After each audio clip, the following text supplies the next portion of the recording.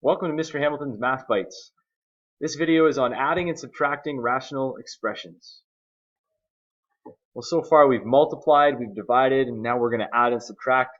And for most people, they think adding and subtracting is going to be the easiest, but you've got to be very careful with this because actually this is the most challenging for many people simply because of the lowest common denominator. That's the key in all of this. So be careful and pay careful attention to that. The procedures for adding and subtracting rational expressions are the same as for adding rational numbers. Rational numbers are fractions. If I want to add a fraction, let's say for example a quarter, if I want to add that to 1/2, what I get is I can just add the numerators together, right? No. I have to get a common denominator. Notice how this fraction has become this. So now I can add the numerators together only when I have a common denominator. And this becomes 3/4. The same process applies when we're dealing with rational expressions. When rational expressions are added or subtracted, they need a common denominator.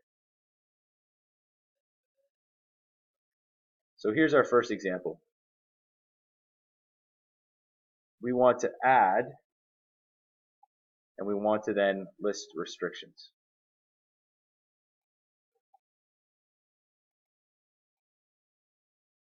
Two over x plus 3 plus 7 over x squared minus 9.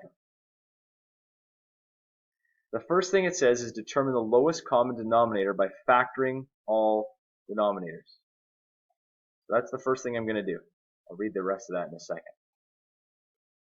Can't factor x plus 3 anymore, but I can factor this x squared minus 9.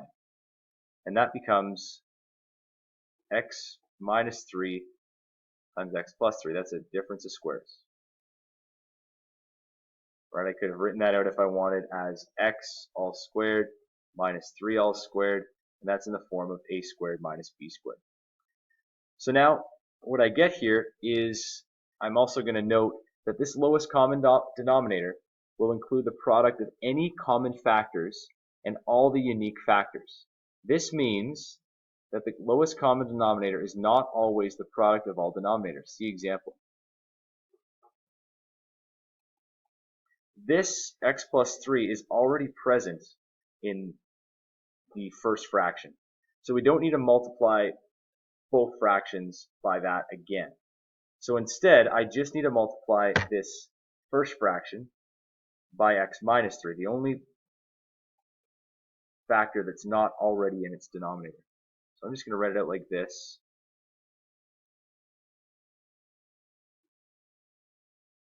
I'm going to add it in a different color for us here so we can see this. So I'm going to multiply this by x minus 3. And whatever I do to the denominator, I have to do to the numerator to keep it the same. And now I have x plus 3 times x minus 3, which is the same as x minus 3 times x plus 3. Different order, but multiplication doesn't matter. The order of multiplication doesn't matter. So what I get here is I get that this is going to become 2 times x minus 3 plus 7. And we're going to write everything over the same denominator now. The denominator being x plus 3 times x minus 3. And there's step 2 listed there. After finding the lowest common denominator, rewrite each term with the lowest common denominator as the denominator. And in fact, as I said, you can just write everything as that's over that same denominator. So now step 3. We want to add or subtract the numerators. Just the numerators. So I'm going to expand this out first. I get 2x minus 6 plus 7. And that's divided by x plus 3 times x minus 3. I'm going to add or subtract that, and I get 2x plus 1 over x plus 3, x minus 3. Well, last step now is to list restrictions. The restrictions are the zeros of the lowest common denominator. There's my lowest common denominator right there. So my restrictions are that x plus 3 can't be 0, and x minus 3 cannot be 0. which means that x cannot be negative 3 and that x cannot be 3. And that's really all there is to it, except sometimes you'll get more and more factoring involved, and the denominators get bigger and bigger as you go. I need to address one question before we look at one final example, and that's this. Why have we not put this in brackets in the numerator? Well, in general, we do not factor what's in the numerator. So we keep expanded in our final answer, the numerator, but we keep the denominator factored. That's just going to allow you more simplicity if you're trying to then take that and then multiply that by something or add it to another thing. To have that lowest common denominator is very important and very key. And when you check your answers, you'll see it having that form, expanded in the numerator and factored in the denominator. So here's our second example, and I encourage you to pause the video right now and try doing this on your own and see if you find the same result that I do. Now that you've tried it on your own, you can join me here as we take this up and check your answer. I can't do anything to factor the first value. I'm going to keep that as x minus 1. But again, I have this x squared minus 9, and that was actually a factor that was in our last question as well. And it becomes x plus 3 times x minus 3, or vice versa. But again, the order of multiplication doesn't matter. X plus 7, I can't do anything really to factor that anymore. But I can factor x squared minus 5x plus 6. And if I'm doing that, I might want to do that quickly off to the side. I need two numbers that add to negative 5, multiply to 6. Those two numbers have to be 2 and 3 that multiply to 6. And they both need to be negative in order to multiply, or to add to negative 5 rather. So that's going to give me x, and then in brackets here x. I'm going to have a minus 2 and a minus 3. Now this x minus 3 is already common in both of these terms.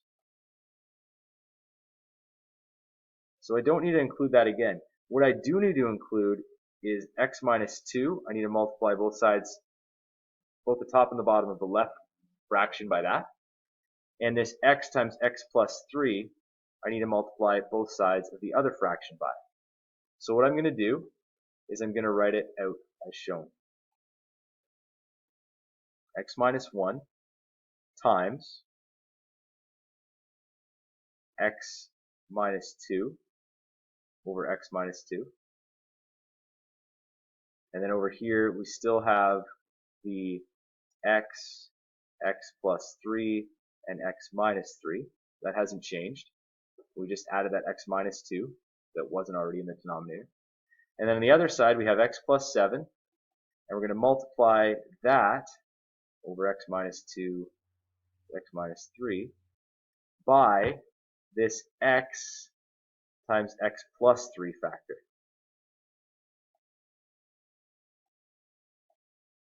To write all that over the same fraction. So what I have here is quite something. If I were to expand, it would be a to the power of 4 in the numerator, or in the denominator rather. But I'm not trying to expand that out. Again, I'm keeping that simplified. What I need to focus on here is the numerators. And I do expand this out. X times x is x squared. X times negative 2 is negative 2x. Negative 1 times x is minus 1x, and then plus 2. And then on the other side, I have x plus 7 times x plus 3. So this is going to become x squared plus 7x times x plus 3. So there's one more step I need to do to expand that other side out. Now because I have a common denominator, I'm going to divide all of that by the same common denominator now.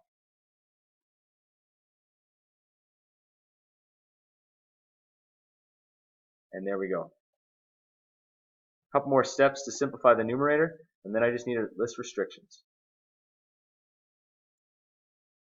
I suppose I could have combined the negative 2x and minus 1x, but we'll get there later.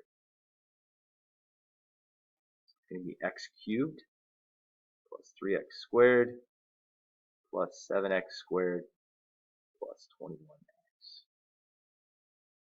As you can see, it gets pretty long pretty fast, and it's easy to make a mistake if you're not careful. So now simplifying the numerator, get an x cubed term, negative 11x squared, and negative 3x plus 20, negative 3x plus 21 gives me 18x, and then plus 2, all over x times x plus 3 times x minus 3 times x minus 2, and the restrictions are what is in the lowest common denominator. X cannot be 0, x cannot be negative 3 because x plus 3 can't be 0, x cannot be positive 3 because x minus 3 can't be 0, and x cannot be positive 2 because x minus 2 cannot be 0. And there you have it, adding and subtracting polynomials.